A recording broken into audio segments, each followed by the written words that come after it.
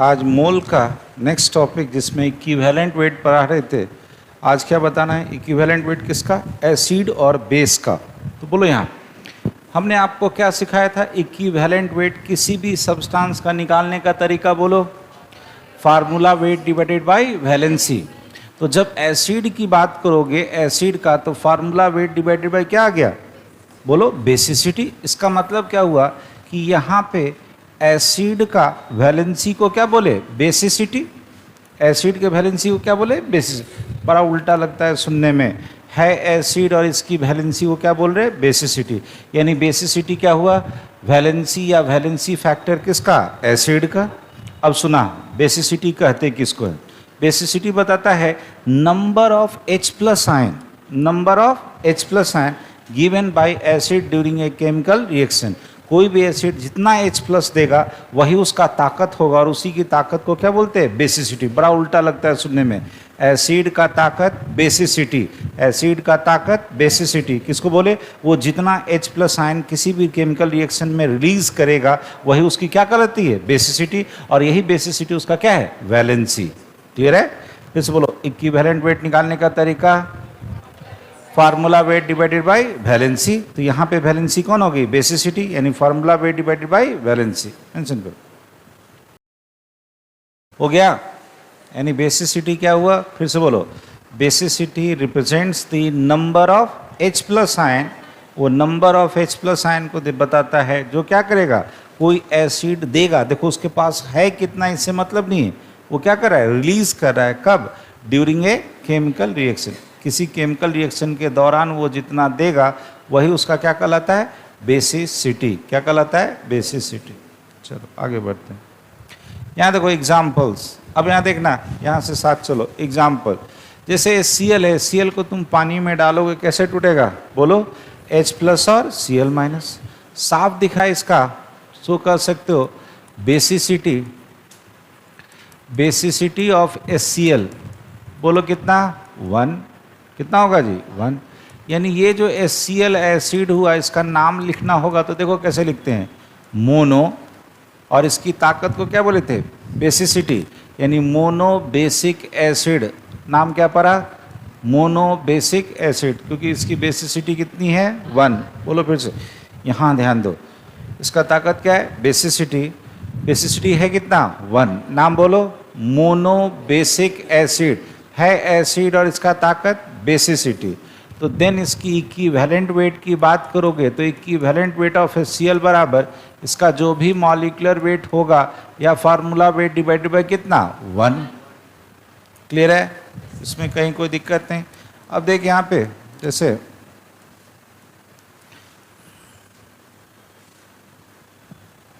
इधर आ जाओ। अब ये दूसरा एसिड देखो, H2SO4। बोलो कितना H प्लस दिया? 2। तो आप सिंपल से आप कह सकते हो इसकी बेसिसिटी अब बात करोगे, बेसिसिटी ऑफ H2SO4, तो ये कितना हो गया जी? 2। 2 हो गया। तो ये जो आपका H2SO4 है इसका नामकरण करोगे, 2 है तो बोलो क्या नाम पड़ेगा? Dibasic acid. नाम क्या पड़ा? Dibasic acid. तो देन इसका जो इक्विवेलेंट वेट होगा, इक्विवेलेंट वेट ऑफ H2SO4 जो होगा, इसका मॉलिक्यूलर वेट डिवाइडेड बाय कितना हो जाएगा? 2। अरे होगा। तो सबका हमें इक्विवेलेंट वेट भी मिलता चला गया, इक्विवेलेंट वेट भी हम निकालते चले गए। तो मेनली नाम पे यहाँ थोड़ा सा केयर करना। बोलो इसका नाम डाई बेसिक एसिड, इसका नाम मोनो बेसिक एसिड। अब मान लो कोई एसिड है H3PO4, तो साफ दिख रहा है ये आपको कितना हाइड्रोजन दिया? 3। तो इसकी जो बेसिसिटी होगी, basicity of H2SO4, basicity of H2SO4 sorry H3PO4 जो भी है H3PO4, तो यहाँ पे कितना मिल गया? 3। 3 मिल गया। तो इसका जो H3PO4 का नाम होगा ये क्या हो जाएगा? बोलो try basic acid, try basic acid. इसका इक्विवेलेंट वेट अगर आप लिखोगे, इक्विवेलेंट वेट ऑफ H3PO4, तो कितना हो जाएगा? जो भी मॉलिक्यूलर वेट होगा डिवाइडेड बाय 3। लिख सकते हैं इस तरह से, मॉलिक्यूलर वेट डिवाइडेड बाय 3। ये क्लियर है? इतना तक क्लियर है? शुरू को 1 मिनट। तो यहाँ पे हमें क्या मिला कि एसिड जो है आपका 3 तरह का। एसिड कितने तरह का? 3। बोलो कौन कौन? मोनोबेसिक, मोनोबेसिक, डायाबेसिक और ट्राइबेसिक है। देखो तो मोनोबेसिक में जैसे एग्जाम्पल में लिखे HCl और HI। यहाँ देखो, यहाँ बड़ा अजीब सा चीज़ आ गया।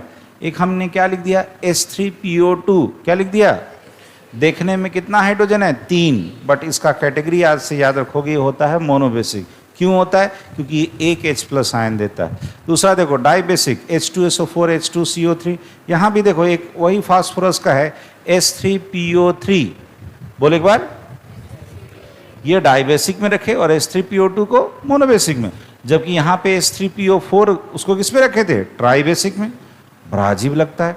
तो बेसिसिटी बोलो, मोनोबेसिक का कितना? 1, मोनोबेसिक का कितना? 1, डाइबेसिक का 2 और ट्राइबेसिक का 3। तो इक्विवेलेंट वेट की बात करोगे तो यहाँ हो जाएगा m/1, यहाँ हो जाएगा m/2 और यहाँ हो जाएगा m/3। अरे होगा? कहने का मतलब क्या हुआ? ये तो हम सिंपल बता दिए। यहाँ पे एक्सेप्शनल वाला ये सब दिख रहा है? अरे है, जहाँ पे दिख रहा है 3 हाइड्रोजन, लेकिन यहाँ दे रहा है 1, यहाँ 2 और यहाँ 3 है। ऐसा क्यों होता है बताते हैं। इसको तुम आज के बाद याद रखिएगा, टाइट्रेशन में बहुत काम आता है। फिर से बोलो, जो भी एसिड जितना H+ दिया उसका क्या है? बेसिसिटी। 1 दिया तो नाम बोलो मोनो बेसिक एसिड, 2 दिया तो डाई बेसिक एसिड और 3 दिया तो ट्राई। जितना H+ देगा वही उसकी बेसिसिटी या उसकी वैलेंसी। तो जो वैलेंसी मिल गया तो इक्विवेलेंट वेट निकालने का तरीका क्या सिखाएं? Formula weight divided by valency. चलो स्टार्ट हो गया, तो बढ़े आगे। चलो अब यहाँ देखो इसका explanation.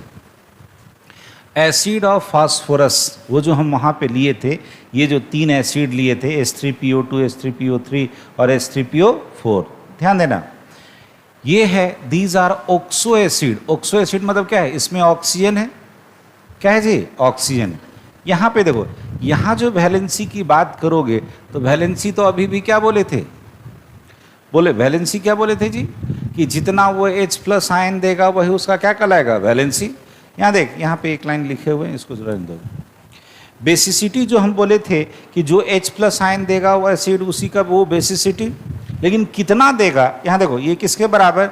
Number of OH group के बराबर। किसमें? अरे किसमें? ऑक्सो एसिड में। तो ये जो हम एसिड का एग्जाम्पल ले रहे हैं, ये हम 3 ले रहे हैं। 3 कौन कौन सा? H3PO4 ले लो पहले, H3PO3 ले लो, H3PO3 और यहाँ पे ले रहे H3PO2। अच्छे से समझना पहले। तो भी लोग बताओ, नाम याद है सबका? इसका नाम बोलो। सब भुला गया। फॉस्फोरिक एसिड क्या सिखाए है? ज्यादा वाला इक और कम वाला अस। तो इसका नाम बोलो फॉस्फोरस एसिड। और ये उससे भी कम हो गया तो नाम बोलो हाइपोफॉस्फोरस एसिड। याद आया? इसीलिए कहते हैं एक बार अगर ढंग से सीख जाइए तो इनऑर्गेनिक और आसान होता है। अब यहाँ देखना, हमें पता है कि फास्फोरस का एटॉमिक नंबर कितना? 15। कैसे लिखोगे? 2, 8, 5। ये बाहरी सेल में जितना भी इलेक्ट्रॉन होता है इसे क्या बोलते हैं? Valence electron. क्या बोलते हैं जी? Valence electron. और वैलेंस इलेक्ट्रॉन किसके बराबर? ग्रुप नंबर के बराबर। किसके बराबर? ग्रुप नंबर इसका कितना होता है? 5a। अरे कह सकते हो ना? तो कितना इलेक्ट्रॉन है? 5।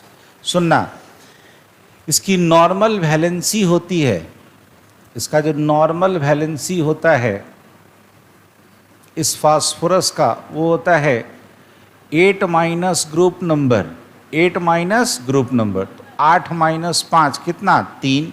नॉर्मल वैलेंसी कितनी? 3। एकदम ढंग से सीखना ये सब चीज़, एकदम समझ में आ जाएगा। नॉर्मल वैलेंसी कितना?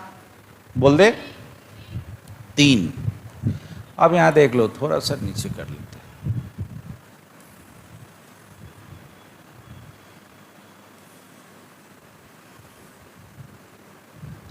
यहाँ ध्यान देना, फास्फोरस जो है, ये जो फास्फोरस है हमने सिखाया आपको 3 बॉन्ड बनाएगा।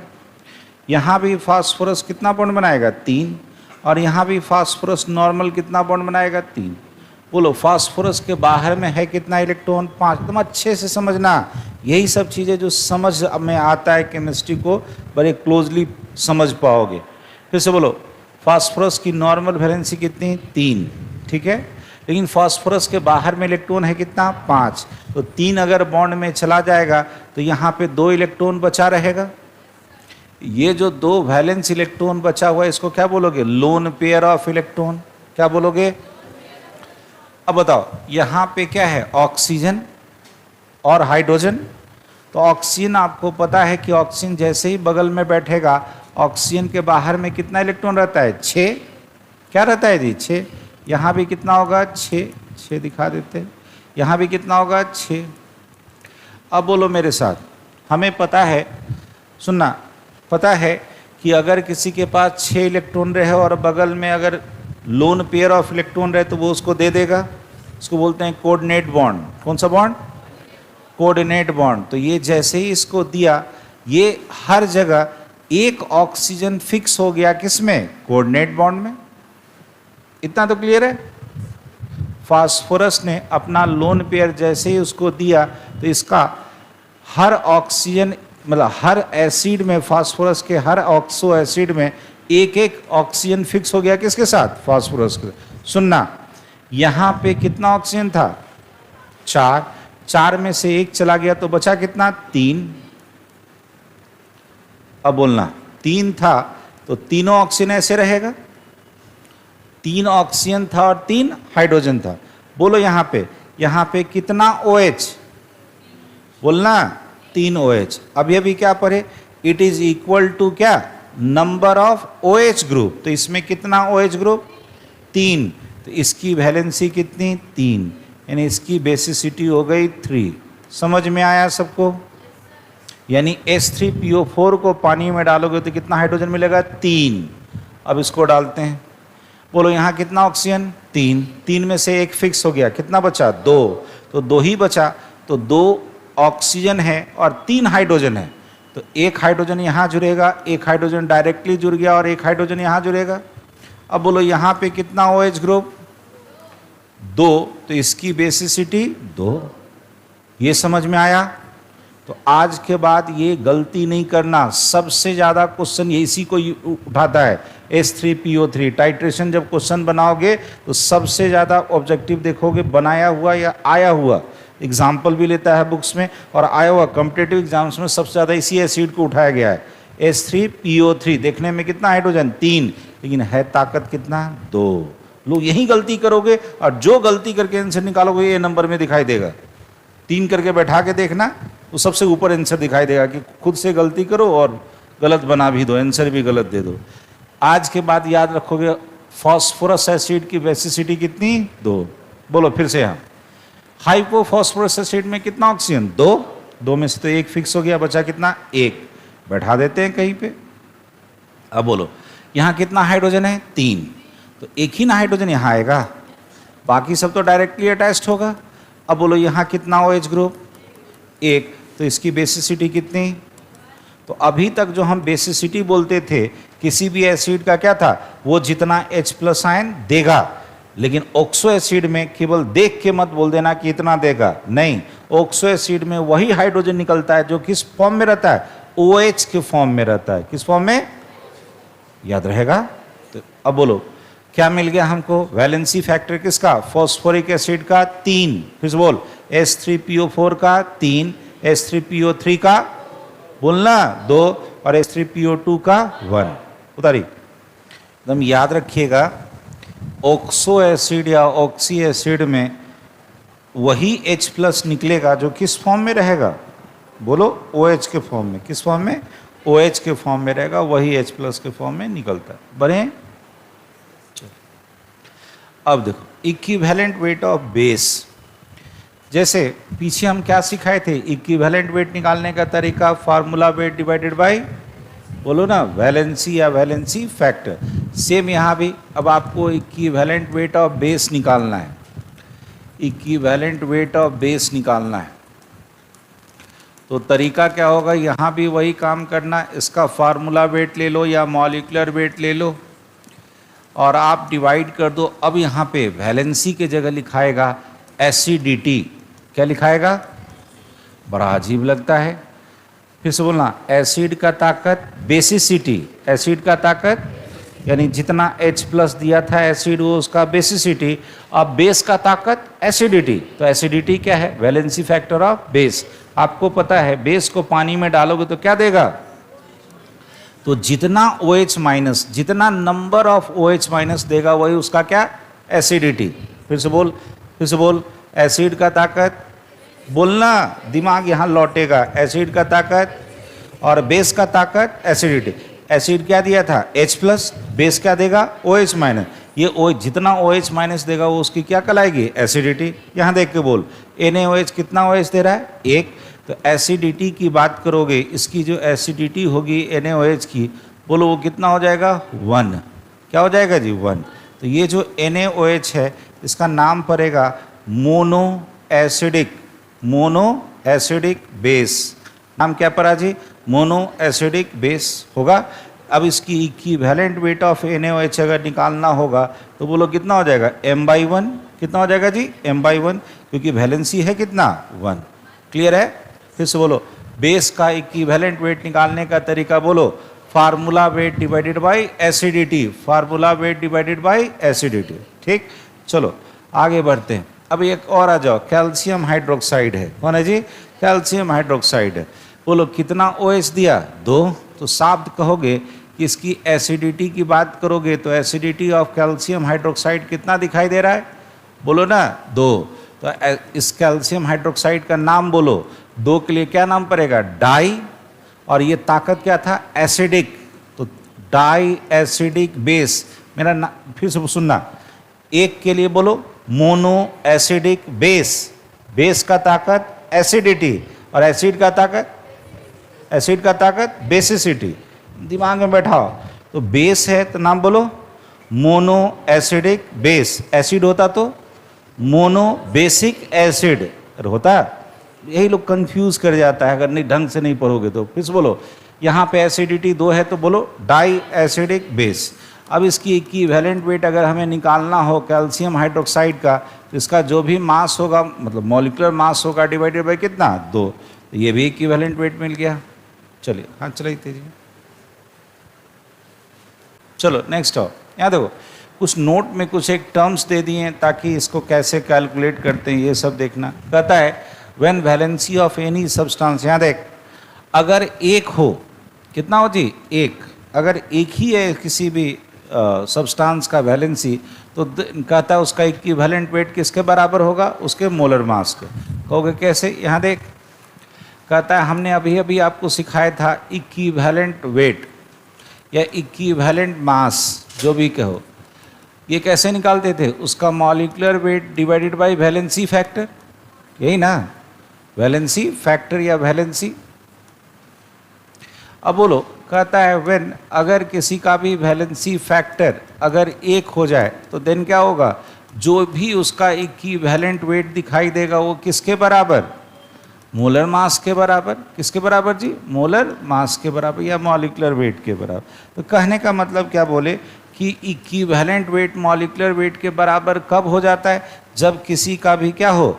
वैलेंसी फैक्टर कितना हो जाए? 1। सुने, क्या?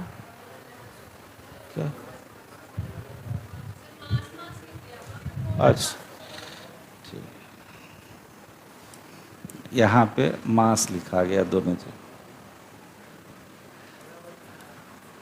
ठीक है, कोई बात। अब सुनो, ये तो बड़ा आसान था कि चलो 1 है तो नीचे वाला गायब हो गया। अब यहाँ आ जाओ, पॉलीवैलेंट स्पीसीज। पॉलीवैलेंट मतलब जिसकी वैलेंसी 1 से ज़्यादा हो। अगर पॉलीवैलेंट स्पीसीज है, यहाँ देख, तो कहता है then calculation of its equivalent weight. आपको केमिकल रिएक्शन कहता है मस्ट बी नोन। आपको केमिकल रिएक्शन पता होना चाहिए, अदरवाइज नहीं बता सकते। जैसे सुनो 1 मिनट, कोई अगर करोड़पति आदमी है, ठीक है, तो उसके पास करोड़ों रुपया है, लेकिन जिस काम को करेगा तो उतना H+ उसको जितना जरूरत होगा उतना निकालेगा। ऐसा तो नहीं ना कि सब्जी खरीदने जाएगा तो करोड़ों लेके जाएगा। सिंपल सी बात है। तो जब जितना जरूरत होगा उतना निकालेगा, तो वही है। अगर कोई पॉलीवैलेंट स्पीसीज है जिसकी वैलेंसी कितना है, एक से ज़्यादा, तो केमिकल रिएक्शन में जितना जरूरी होगा उतना ही H+ या उतना ही OH- देगा। तो केमिकल रिएक्शन पता होना चाहिए। तो करोड़पति आदमी को काम पता होना चाहिए तब ना पैसा देगा। अब ऐसा तो नहीं कि सब्जी लाने जा रहे हैं तो पूरा करोड़ रुपया दे दिया किसी को, नहीं होगा।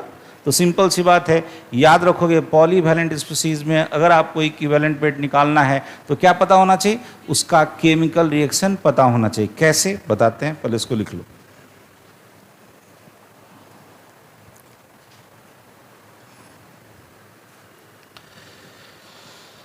इसमें एक एग्जाम्पल ले लेंगे हम लोग, जैसे मान लो H3PO4। तो अभी अभी बोले थे अगर ये तीनों हाइड्रोजन निकाल देगा तो इसकी वैलेंसी कितनी हो जाएगी, 3। यानी दिखाई दिया हमें कि इसकी वैलेंसी है एक से ज़्यादा, है कितना जी, एक से ज़्यादा। यानी कैसा स्पीसीज है, पॉलीवैलेंट स्पीसीज। ये है मेरा एक से ज़्यादा वैलेंसी वाला, यानी इसको बोलोगे पॉलीवैलेंट स्पीसीज। इतना तक मेंशन कर, आगे बताते हैं, बढ़े आगे। हमने एक एग्जाम्पल किसका लिया, H3PO4 का। बताओ इसकी वैलेंसी देखने से कितना लग रही है, एक से ज़्यादा। एक से ज़्यादा अगर वैलेंसी है तो इसको हम क्या बोलेंगे, पॉलीवैलेंट स्पीसीज। इसी का हम केमिकल रिएक्शन लेंगे। हो गया, हो गया। चलो आगे की ओर बढ़ते हैं। यहाँ देखो, जैसे ध्यान देना, एसिड बेस रिएक्शन में क्या होता है कि जब एसिड बेस से रिएक्ट करता है तो क्या बनता है, साल्ट और वाटर। क्या बनता है, साल्ट और वाटर। आगे चल के बताएंगे, इसी को बोलते हैं न्यूट्रलाइजेशन रिएक्शन। क्या बोलते हैं, तो जहाँ पे जरूरत पड़ेगा वहाँ बताएंगे। अभी यहाँ देखो, ये एसिड है, बेस से रिएक्ट करेगा, क्या बनेगा, साल्ट और वाटर। ध्यान देना, इसका अभी कितना मोल है, बोलो 1 मोल। कितना है जी, 1 मोल। तो 1 मोल है, यानी यहाँ से बोलो कितना OH- मिलेगा, 1। तो जब ये 1 OH- से अगर इसको रिएक्ट कराना है, एकदम ढंग से सीखना, तो यहाँ से ये एक ही H+ देगा। ये दोनों मिल करके, और ये यहाँ पे कहाँ चला गया, H2O में। कहाँ चला गया जी, H2O में। तो जैसे ही H2O के साथ मतलब चला गया तो दिखाई क्या दिया, एक H+ और एक OH- से कंबाइन किया तो यहाँ क्या बचा, Na, और यहाँ क्या बचा, H2PO4। अब बता, इस रिएक्शन में H3PO4 ने कितना H+ दिया, 1। उसको 1 का जरूरत था तो 1 निकाला। अभी कुछ नहीं लिखना। यहाँ देखो, यहाँ पे कितना OH निकलेगा, 2। तो 2 OH को न्यूट्रलाइज करने के लिए ये भी 2 H+ देगा। अरे देगा, ये दोनों कंबाइन करके यहाँ पे चला गया 2H2। मान लो इस रिएक्शन में अब कितना NaOH है, 3। तो ये 3 OH देगा। जब इसको 3 OH से न्यूट्रलाइज करना है तो ये 3 H+ निकाला। अब ये 3 और 3 कंबाइन करके 3H2O बन गया। सुनना, सब्जी खरीदना था तो 100 रुपया निकाला, अरे है। गोल्ड वोल्ड खरीदना था तो लाख में निकाला। लेकिन मान लो अब कोई हेवी चीज़ करना है, इन्वेस्टमेंट कहीं करना है, तो करोड़ों में निकालेगा। सिंपल सी बात है। तो उसके पास है तब तो दे रहा है। तो सिंपल से देखना, इसको जब 1 OH को न्यूट्रलाइज करना था तो 1 H+ दिया। अभी अपनी क्या सीखा था, जितना H+ आयन देगा वही उसका क्या कहलाएगा, बेसिसिटी। किसी भी एसिड का क्या कहलाएगा, बेसिस। तुम कैसे पहचानोगे, यहाँ देखो, हमने तो कह दिया कि ये वैलेंसी फैक्टर ऑफ H3PO4 यहाँ पे है कितना है, 1 है। तो देन यहाँ पे जो इक्विवेलेंट वेट ऑफ H3PO4 होगा कितना हो जाएगा, m/1। सिंपल सा है, अरे है ये चीज़। लेकिन कहोगे कि सर एग्ज़ाम में रहेगा तो हम कैसे पहचानेंगे। यहाँ देखो, एग्ज़ाम वाला कैसे पहचानोगे अभी बता देते। यहाँ भी देख लो, यहाँ भी अगर इसकी वैलेंसी फैक्टर कहोगे H3PO4 का तो बोलो कितना है, 2 है, क्योंकि 2 H+ दिया, 2 H+ दिया। तो देन यहाँ जो इक्विवेलेंट वेट हो जाएगा बोलो कितना, m/2। यहाँ पे आपको इसका वैलेंसी फैक्टर ऑफ वही H3PO4 है, 3 दिया तो कितना है, 3 है। तो यहाँ पे जो इक्विवेलेंट वेट हो जाएगा कितना हो जाएगा, m/3। ओके सर, हम कैसे पहचाने। देखो आपको क्वेश्चन कैसे देगा, क्वेश्चन देगा कि फॉस्फोरिक एसिड है, किसी बेस से रिएक्ट किया, बेस का नहीं देगा कितना मोल है, और ये साल्ट बना, साल्ट दे देगा। सेम यही क्वेश्चन ही है, सेम यही क्वेश्चन है। Phosphoric acid reacts with A base alkali and forms a salt में से कोई एक साल्ट दे देगा, पूछेगा इक्विवेलेंट वेट ऑफ उस एसिड का बताओ कितना होगा। देखो कैसे पहचानो, बोलो फॉस्फोरिक एसिड में पहले कितना हाइड्रोजन, बोलना 3, कितना हाइड्रोजन 3 है। एक मिनट जस्ट 3 है। हम क्या कर रहे हैं, इसको इधर कर दे रहे हैं, थोड़ा सा ध्यान देना। 3 है और यहां कितना बचा, अरे शुरुआत में है कितना 3, बाद में कितना बचा, निकला कितना। ऐसे ही वैलेंसी फैक्टर पकड़ोगे, शुरू में है कितना, बचा कितना, तो निकला कितना 2। फिर से बोलो, शुरू में है मेरे पास कितना, यहाँ 3 और यहाँ साल्ट में कितना बचा 1, यानी वैलेंसी फैक्टर बराबर बोलो जितना रिलीज किया। फिर से बोलो, तो रिलीज कितना किया था 3, 1 बचा, यानी रिलीज कितना किया 2। ऐसे ही पकड़ोगे क्वेश्चन, ऐसे ही पकड़ोगे। फिर से बोलो, शुरुआत कहाँ से हुआ 3 हाइड्रोजन से, बाद में साल्ट में कितना बचा 1, तो निकला कितना 2। अभी बार बार बोल रहे हैं जितना H+ निकलेगा वही उसकी वैलेंसी। समझ में आया। और सबसे ज़्यादा क्वेश्चन यही पूछा ही है, यही वाला साल्ट कर लो। चलिए बढ़े आगे, अब आ जाओ। एक एसिड है ऑर्थोबोरिक एसिड, नाम फॉर्मूला बोलो इसका, H3PO3 H3BO3 है। सुनना, इसमें इसका ऑप्शन में ही डायरेक्ट पूछा था ये कैसा होता है, तो सुनना, ये एक वीक मोनोबेसिक एसिड होता है। देखने से बेसिसिटी कितना लग रहा है 3, लेकिन यहाँ कितना है बेसिसिटी 1। वीक मोनोबेसिक एसिड है। और दूसरा ये लेविस एसिड है। ये कैसा है, लेविस। ये दोनों ऑप्शन में था और ये दोनों सही है, ये दोनों सही है। कैसे समझना, इसी को बड़े अच्छे से समझाएंगे। बोलो, बोरोन का एटॉमिक नंबर कैसे लिखते हैं, 2 और 3। बाहर वाले इलेक्ट्रॉन को क्या बोलते हैं, वैलेंस इलेक्ट्रॉन। आपको पता है यही बॉन्ड बनाने आएगा, अरे आएगा ना। तो जब ये बॉन्ड बनाने आएगा एकदम ढंग से सीखना। ये बोरोन है मेरा और इसने 3 OH से बॉन्ड बना रखा है। कहोगे कि सर अभी तो आप सिखाए थे जितना OH उसकी बेसिसिटी उतनी, यहाँ बोल रहे हैं बेसिसिटी 1, क्योंकि ये एक्सेप्शनल केस है। क्यों, सुनना, होगा क्या कि बोरोन के बाहर में इलेक्ट्रॉन है कितना 3 है और बॉन्ड भी कितना बना रहा है 3 और 3 6। अरे कोवैलेंट बॉन्ड ऐसे ही नहीं बनता है, एक बॉन्ड में कितना इलेक्ट्रॉन 2, यहाँ कितना इलेक्ट्रॉन पूरा हुआ 6। इसी कारण से सारा गड़बड़ी आ गया। उसको क्या होना चाहिए था, ऑक्टेट पूरा। अरे होता है ना, घर में अगर जो सेंटर है, सेंटर ऑफ मास है, वही अगर बिगड़ जाए तो पूरा घर बिगड़ जाता है। अरे होता है ना, जिस घर की मदर स्ट्रिक्ट हो, एकदम स्ट्रिक्ट, याद रखना हर बच्चा एकदम बिल्कुल पता नहीं एक पैर पे खड़ा रहता है, नहीं होता है, उसी को कहते हैं सेंटर ऑफ मास। क्या बोलो, बोरोन का सेंटर में कितना इलेक्ट्रॉन, अरे बोलना 6, ऑक्टेट पूरा नहीं है। यहाँ आपको दिखाई दिया इनकम्प्लीट ऑक्टेट, इनकम्प्लीट ऑक्टेट। अब बोलना ऑक्टेट कंप्लीट नहीं है तो कहीं से इलेक्ट्रॉन लेगा, क्या बनेगा, इलेक्ट्रॉन पेयर एक्सेप्टर। क्या बनेगा, इलेक्ट्रॉन पेयर एक्सेप्टर को ही हम लोग कहते थे लेविस एसिड। क्या बोलते थे, शायद याद आया। तो पहला क्लासिफिकेशन तो समझ में आ गया कि it is an Lewis acid. अब बोलो, जैसे ही इसको हम पानी में डालते हैं तो आपको पता होगा कि पानी जो है, ऐसे दिखाते, पानी जो है, बोलना मेरे साथ, ये कैसे टूटता है, यहाँ पे माइनस और यहाँ पे प्लस। चूंकि इसकी इलेक्ट्रोनेगेटिविटी ज़्यादा है तो इलेक्ट्रॉन को पोलराइज कर लिया। अब यहाँ देख, ये टूटेगा कैसे, भले इसको दिखा देते हैं, H+ और OH- में। यही चीज़ समझना है।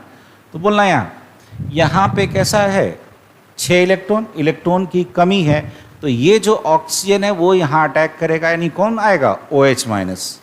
ये OH- यहाँ जाएगा। एकदम अच्छे से समझना, ये H2O का मैकेनिज्म बता देते हैं। अब आप लोग मैकेनिज्म समझ सकते हो, ठीक है, बच्चा लोग को नहीं समझ में आता है। यहाँ देखना, क्या होगा, ये बोरोन है, एक OH, दूसरा OH और तीसरा OH। इसको ढंग से समझना, अच्छे अच्छे लोग को नहीं समझ में आता है। इस यहाँ पे ऑक्सीजन पे आपको पता है क्या होगा, लोन पेयर। अरे क्या होगा, लोन पेयर। यहाँ पे लोन पेयर ही रहने देते, यहाँ पे माइनस दिखा देते। ये लोन पेयर जैसे ही इसको दिया, ध्यान देना, ये लोन पेयर जैसे ही इसको दिया, ऑक्सीजन ने अपना लोन पेयर दे के बॉन्ड बनाया। बोलो कैसा चार्ज, प्लस। कैसा चार्ज, प्लस। यहाँ पे न्यूट्रल था, इलेक्ट्रॉन आ गया तो कैसा चार्ज, माइनस। यही समझना है। ऑक्सीजन बहुत कहते हैं हाई इलेक्ट्रोनिगेटिव एटम है। अरे ताकत ज़्यादा है ना, याद करो, फोन कॉल कौन सा सबसे ज़्यादा इलेक्ट्रोनिगेटिव, कौन, फ्लोरीन। उसके बाद ऑक्सीजन, ऑक्सीजन सेकंड हाईएस्ट है। अरे है, वो क्या करेगा, उस एक तो ज़्यादा ताकतवर, ऊपर से भूखा यानी पॉजिटिव चार्ज है, क्या करेगा, किसी से लूट के खाना खा जाएगा। मतलब इसमें टेंडेंसी है जल्दी से इलेक्ट्रॉन को क्या करने का, एक्सेप्ट करने का। ये क्या करेगा, बगल से किसी एक हाइड्रोजन से एक इलेक्ट्रॉन ले मतलब ये वाला इलेक्ट्रॉन ले लेगा। आपको पता है एक बॉन्ड में कितना इलेक्ट्रॉन, 2। तो जो इधर दिया था बॉन्ड में उसके पास रिटर्न आ गया, न्यूट्रल हो गया।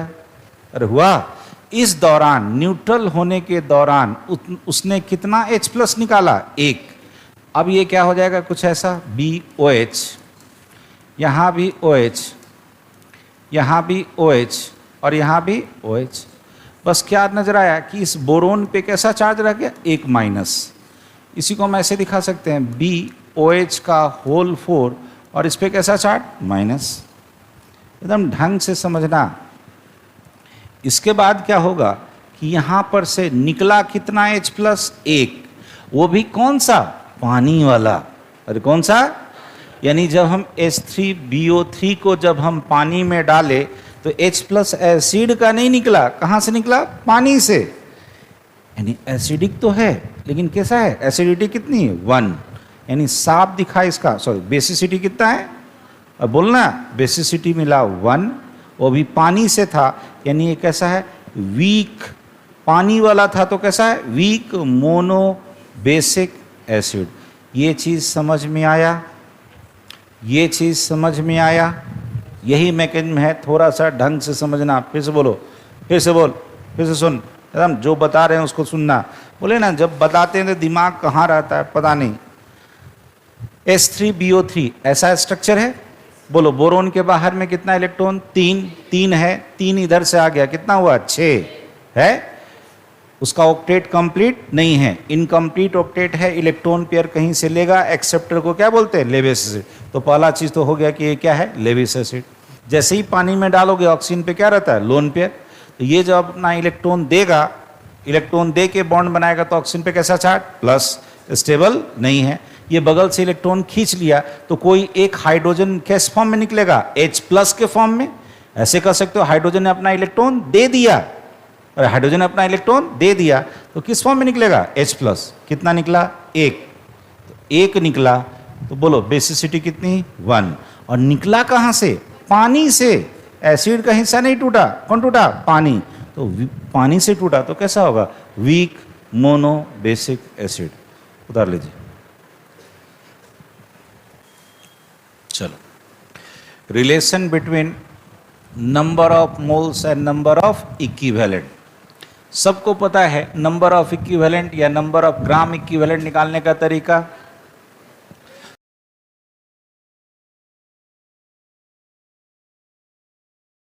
हमने क्या बोला, नंबर ऑफ इक्विवेलेंट बोलो या नंबर ऑफ ग्राम इक्विवेलेंट बोलो। हमने क्या कहा था, बस ग्राम में एक्सप्रेस कर देना है तो क्या कहलाएगा, नंबर ऑफ ग्राम इक्विवेलेंट। बोलो तरीका क्या सिखाए थे, इक्विवेलेंट मतलब given weight in gram divided by equivalent wait, या इसी को हम बोले थे ग्राम इक्विवेलेंट मास ले लो या ग्राम इक्विवेलेंट वेट ले लो, पूरा लिख देते हैं। इसी को ग्राम इक्विवेलेंट वेट ले लो, ठीक है, ठीक है। जहां पे इक्विवेलेंट वेट निकालने का तरीका क्या बताए थे, molecular weight divided by valency factor. इतना तो चीज याद है, फिर से बोलो, नंबर ऑफ इक्विवेलेंट निकालने का तरीका given weight divided bye gram equivalent weight या सिंपली इक्विवेलेंट। हम ये वाला टर्म बार बार यूज करेंगे तो कंफ्यूज नहीं करना, उसकी जगह एक्चुअल में हम ले क्या रहे, नंबर ऑफ ग्राम। रुक जा थोड़ी देर, यहां देख, हमने अभी अभी बोला given weight divided by equivalent wait, समझना थोड़ी देर।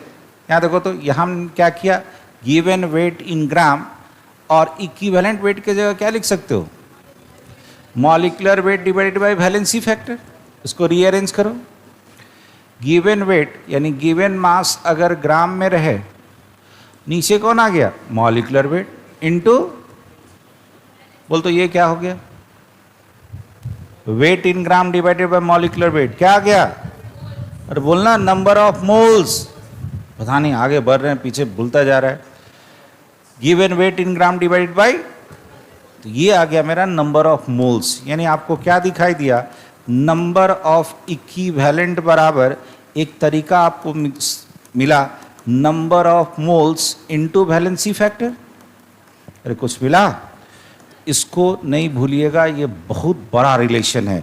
रिडॉक्स में सबसे ज़्यादा हम लोग यही यूज़ करेंगे।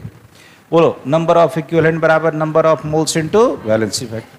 ठीक, तो ये जब रिलेशन मेरे को मिला कि नंबर ऑफ मोल इक्विवेलेंट बराबर number of moles into valency factor, एक दो एग्जाम्पल ले लो। जैसे मान लो MgSO4 है, बोलो कैसे टूटेगा, Mg2 प्लस और SO4 2 माइनस। ठीक है, आपसे पूछा कि बताओ number of equivalent, number of equivalent, अच्छा ये काम करते हैं, थोड़ा सा ऐसा ले लेते हैं, Mg3PO4 का होल ट्वाइस, ये वाला ले लो। तो यहाँ बोलो जी ये कितना हो जाएगा, 3Mg, और ये क्या हो जाएगा, 2PO4 पर 3 माइनस।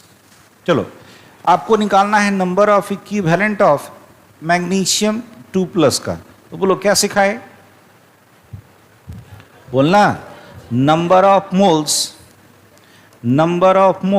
इनटू, तो बोलो नंबर ऑफ मोल है कितना, 3, और 1 mg पे चार्ज कितना है, 2, कितना मिला, अरे होगा। तो कभी कोई आयनिक स्पीशीज दिया रहे, या फिर ये, इसका तो हम आपको पीछे सिखाए थे कैसे तोड़ते हैं, अरे सिखाए थे ना।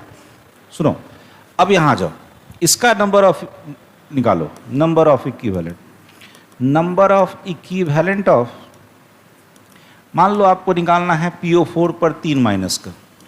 तो बोलो, फिर से बोलो क्या सिखाए, number of moles into valency factor. बोलो इसकी मोल कितनी है, 2, और 1 PO4 पे कितना चार्ज, 3, यहाँ भी कितना आ गया, 6 आया।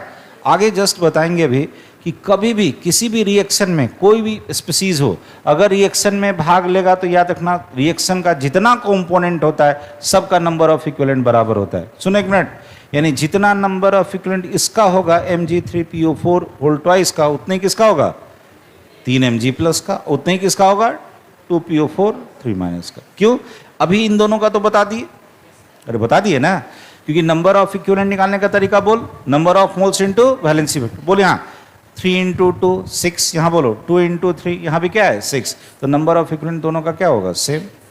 इतना मिला। नंबर ऑफ इक्विवेलेंट कैसे निकाले, फिर से बोलो, weight in gram divided by equivalent weight. Equivalent weight निकालने का तरीका molecular weight divided by valency factor. इसको रीअरेंज करो तो वैलेंसी फैक्टर ऊपर चला गया, क्या मिला, given weight by molecular weight, क्या होता है, नंबर ऑफ मोल्स, यानी नंबर ऑफ इक्विवेलेंट बराबर number of moles into valency factor. उधारी